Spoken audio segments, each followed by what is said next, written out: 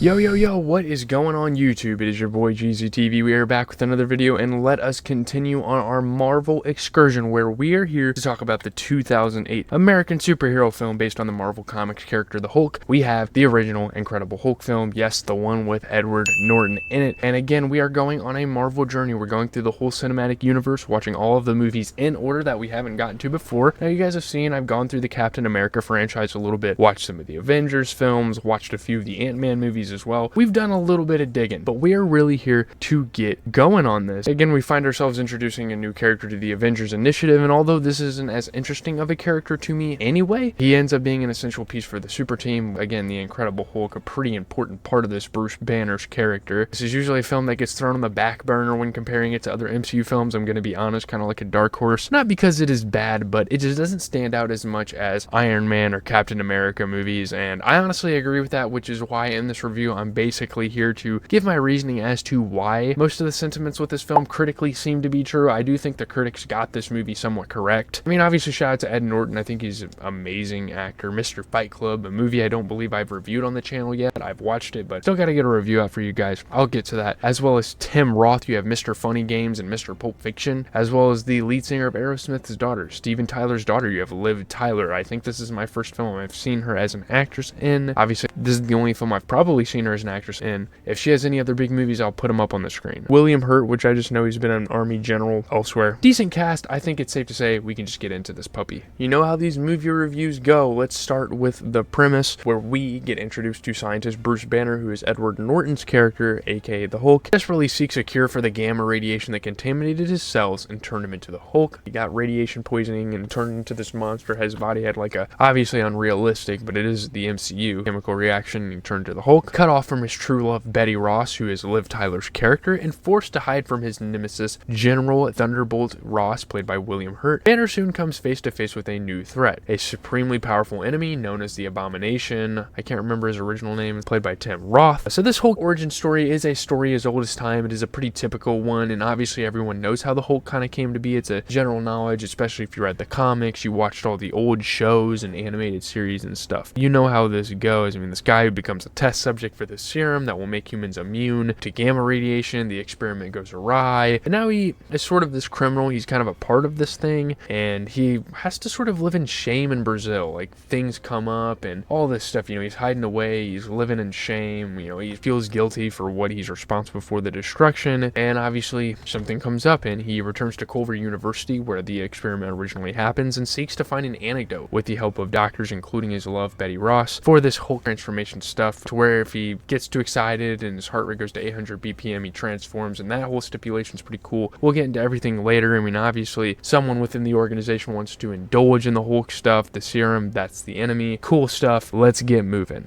Getting into the good, again, I just have to say, this being a Marvel movie, it looked good. I think the CGI was a bit meh, and it might not have had as big of a budget as an Iron Man movie, and it was a little bit more basic compared to that, you know, not as many overlays, not as many cool techie, like eye-catching stuff compared to that movie. Obviously, I'm comparing that because we just reviewed the first two movies of that recently, so go check that out. But it was a pretty fun film to look at. It definitely didn't deter my eyes from it. It definitely kept my interest all the way through, even if the plot was a little bit basic, even if the plot was a little bit simplistic. And obviously you got the green lights in here, you got to show some love to the Hulk. I should have wore a green shirt. I should be playing St. Patrick's Day and pinching myself for not wearing green. Whatever. I think the creature design of Hulk is really what sets him apart from a lot of the other characters and a lot of other monsters in movies. Obviously he's not a monster, he's a hero, but he's a creature. I think he's got some of the best creature design of anybody. I think they nail it pretty much any show he's in. Obviously it's a little outdated looking back in the day, but yeah, when they take it to NYC as well, I think that's when the movie gets really good. It almost reminds you of like a Batman movie, kind of has that Gotham vibe to it. Sort of turns into that after a while. You know, you get the nightscape, the traffic coming in. You're in New York City, which is an iconic spot for the DCU. Obviously, pure explosions, looked pretty awesome. The fight scene, the third act was amazing. I can commend the movie for that.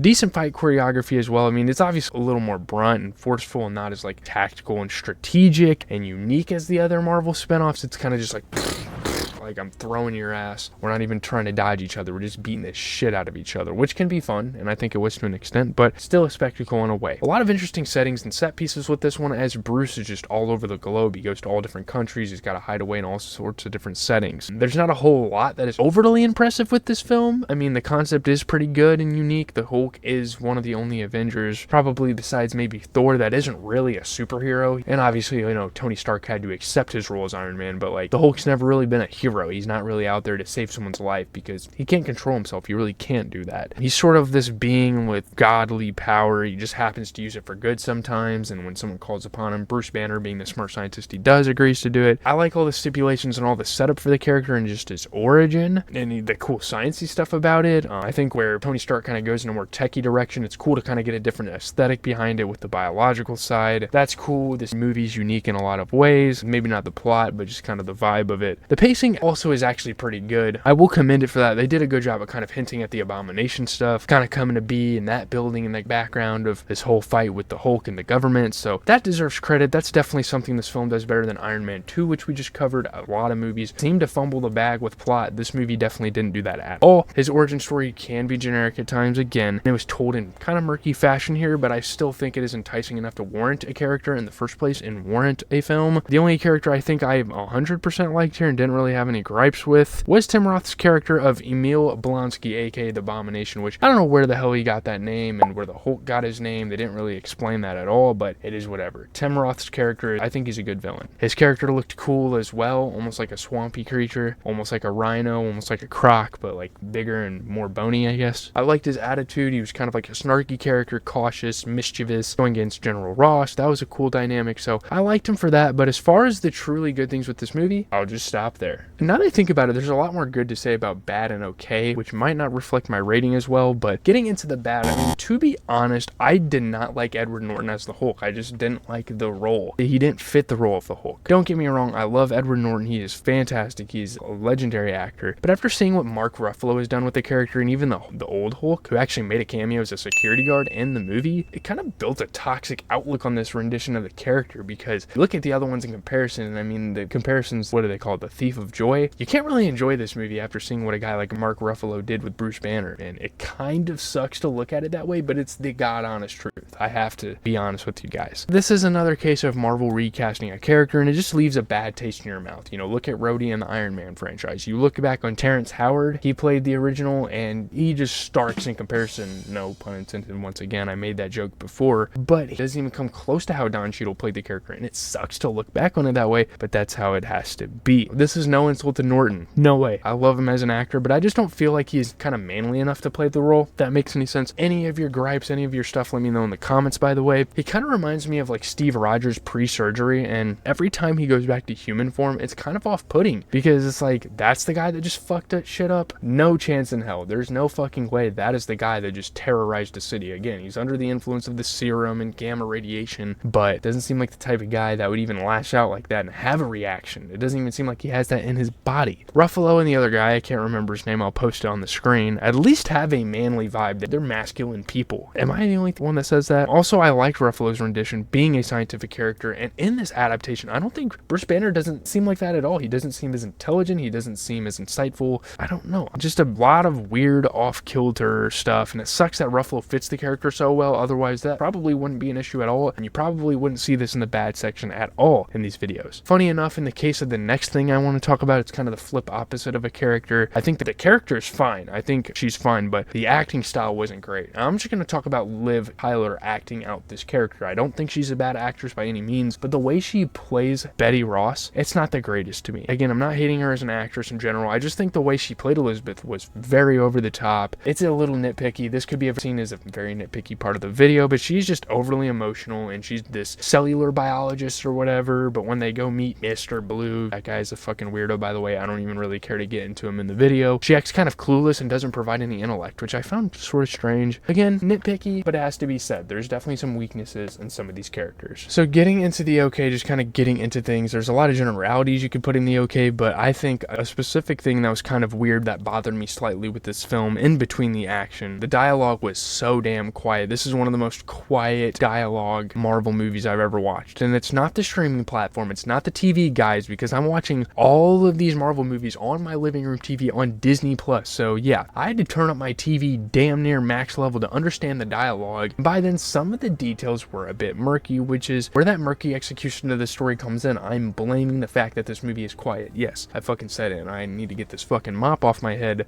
but that's a factor. I mean, the mics are terrible. I couldn't even hear what people were fucking saying, so when they were giving backstory, when they were kind of explaining what was happening and how the story would move forward, I was kind of like, okay, I'm damn near about to fall asleep because I don't know what the fuck is happening. I'm confused. Get a better boom mic, Marvel. Jesus Christ. Also, overall, this movie just doesn't provide anything overly impressive, and that is a mixed thing on its own. I think the movie in general, crazy enough, is mixed. Like, it's just some good things, some bad, nothing very terrible, nothing very good. So that's where it's at. It's not a very distinguished film either. It kind of just reminds you of like The Fly or any of those body horror sci-fi films, obviously with different ramifications and obviously in the context of like a superhero, even though he really isn't a superhero. But still, besides how cool the Hulk looks, this is a pretty standard kind of sci-fi movie. I guess the creature design kind of helps out a lot, but it's pretty standard. That's another thing, is that it really doesn't feel like a superhero or even a Marvel movie as well, and I can tolerate that to an extent, and to an extent I like the different dynamic. It kind of adds something to this universe, but this is far removed from what Marvel really is about, what their movies look like. It goes a little too much against the grain. Again, I'm very into unique movies. I'm very into unorthodox movies, but when you lose the plot this much and you make a character that's literally just not a superhero being invited to the Avengers and Tony Stark comes in at the end, it's like, okay. The way you introduced him is like, why would he fight for the Avengers? He just destroyed a fucking nation. The government hates him. I guess that's why S.H.I.E.L.D. wants him. I don't fucking know. The S.H.I.E.L.D. apparently has a thing for guys that the government fucking despises and they're on their list and shit. I don't know. It's not really saving anyone from anything. I guess the antidote and the serum can help society in the long run, but maybe if the love interest was in trouble with the Abomination as a way to the Abomination to get back at the rule over him by her father or something. I don't know. I'm no writer, but this doesn't feel like a superhero film, which is whatever. Again, the Hulk has never really been meant to be a superhero, but ooh, it feels kind of strange seeing him in a superhero film that's supposed to be one. Also, any characters I haven't discussed yet, you know, General Ross, whoever it may be, the Brazilian characters from the beginning of the film, I guess are just like, meh, whatever, they belong here. I'm not even going to talk about them. Like I always say for this section, also in general, this neither positively or negatively affected the film, so it's just kind of gray area to include here. It's just kind of points I wanted to bring up because they're pretty big parts of the film.